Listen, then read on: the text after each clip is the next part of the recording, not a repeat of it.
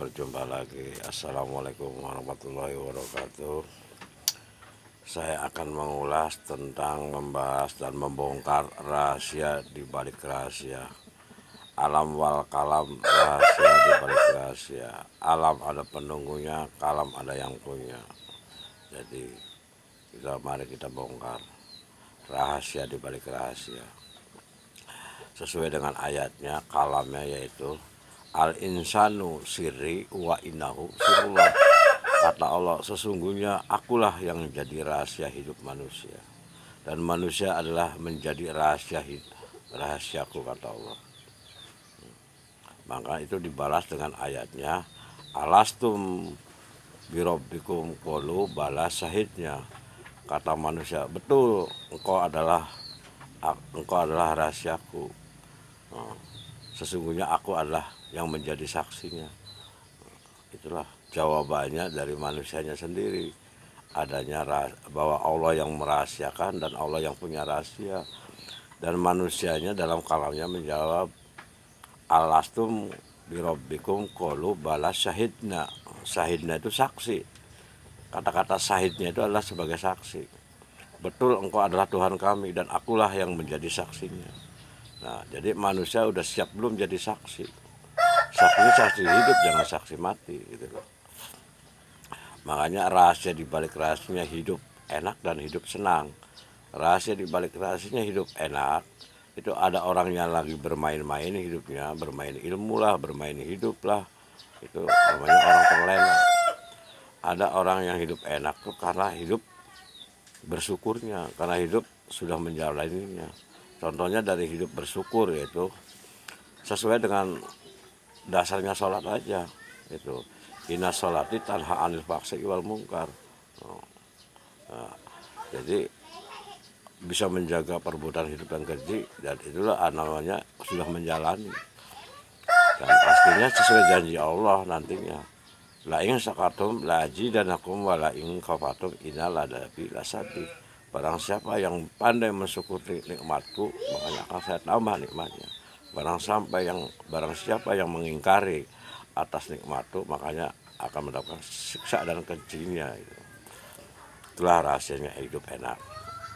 Kalau rahasia di balik rahasianya hidup susah, ada orang hidup susah itu kena teguran, kena peringatan, ya susah. Makanya harus diberesi hidup kesalahan hidupnya itu. Ada orang yang hidup susah payah, itu orang yang lagi hidupnya menjalani ujian. Menjalani ujian hidup, ya pasti mendapatkan kesusahan. Itulah rahasia di balik rahasia adanya kesusahan hidup. Rahasia di balik rahasia itu banyak kita bongkar. Apalagi kita membahas rahasianya agama. Agama itu sampai ketemu dengan saripatinya agama, harus ketemu rahasia di balik rahasianya agama. Apalagi yang namanya ulama pewaris Nabi, itu ada rahasianya. Al ulama wasiatun wa rasulu jamia wal abiyah. Seorang ulama adalah pewaris Nabi. Betul, ulama adalah pewaris Nabi. Tapi jangan nanti sampai menjual warisannya Nabi.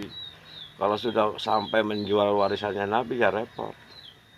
Itulah rahasia di balik rahasia seorang ulama, bahwa seorang ulama adalah pewaris Nabi.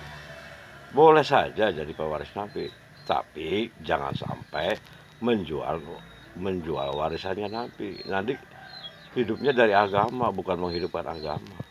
Itulah rahasia di balik rahasianya. Sama rahasianya saya dengan Dajjal. Sama, Dajjal dirantai, saya dibelenggu, Samuka digencet dua gunung Sundara Sundari. Sama, saya juga hidupnya digencet oleh hidup dan kehidupan. Nah, jadi manusia dengan Dajjal sama-sama ingin lepas aslinya. Nah, kalau lepasnya Dajjal, lepasnya Dasamuka, itu rahasianya itu kehidupan manusia, hidup enak tapi rusak. Kalau rahasianya hidup manusia sudah bisa membongkar belenggunya, sesuai dalam suratnya, dalam surat Yasin ayat 8 itu, inna anjalna akna aglang faya elat kulipahum muhmahun, sesungguhnya Allah telah memasang belenggu di lehernya, Makanya kalau manusia sudah bisa membongkar belenggu hidupnya sendiri, ya, maka akan menemukan sesuatu dalam dirinya gitu. Makanya manusia sudah bisa lepas, sudah bisa merdeka, sudah bisa menentukan hidup. Jangan sampai dajalnya udah lepas, manusianya masih terbelenggu. Jadi manusianya dikuasai oleh dajal dan dasa muka. Tapi kalau manusianya sudah bisa lepas dari belenggunya, ya udah kita sama-sama lepas. Dajal lepas, saya juga lepas. Nah, itu namanya bibit ketemu bibit. Kalau kita ketemu bibit, kitanya belum kebongkar belenggunya, ya dan kitanya hidupnya bukan jadi bibitnya lagi, tapi bibitnya itu nggak karuan. Itulah makanya orang tidak bisa membongkar alam kalam rahasia di balik rahasia. Ya itulah resikonya. Makanya kalau orang hidup terus namanya hidup Islam itu adanya syariat, adanya ikhtiar, adanya tirakat. Itu juga ada rahasia di balik rahasianya. Adanya syariat, ikhtiar, tirakat. Itu ada yang orang bisa jalurnya jalur membeli, jalur tuku namanya. Kalau orang membeli tuku ya pasti berusahanya ketemu dengan pedagangnya. Sedangkan pedagangnya itu bertaring, bertanduk, dan bersiung. Ya itu udah risiko itu bakal ketemu pedagangnya kalau jalur tuku, jalur membeli. Bisanya jalur tuku, jalur membeli dari syariat, ikhtiar, tirakat. Ya orang membeli dengan banyak berdoa, banyak meminta, dengan puasanya, dengan tirakatnya. Padahal itu hasilnya membeli karena ingin punya keinginan. Nah, kalau jalur melaku, jalur menjalani adanya syariat, ikhtiar dan tirakatnya, itu orang supaya bisa kebuka jalan hidupnya. Makanya kalau menjalani itu harus sesuai dengan sunnahnya, madhabnya, dan sanad hidup dalam Islam. Itulah cara orang melaku menjalani, karena Islam itu sesuai dengan sunnah, madhab, dan sanad. Itulah baru walaupun dajal dan dasa mukanya lepas, saya juga bisa lepas dari belenggu. Jadi lepas sama-sama lepas. Jadi kita bisa menentukan. Jadi udah final nantinya, akan ketemu bibit dengan bibit. Nah, finalnya siapa yang jadi juara? Ya orang yang bisa menentukan hidup, orang yang punya patokan hidup. Ya adanya di mana? Ya kalau di Cirebon mah adanya di Sedu Patok. Sedu Patok tuh asalnya perjalanannya dari pesantren Benda Kerep.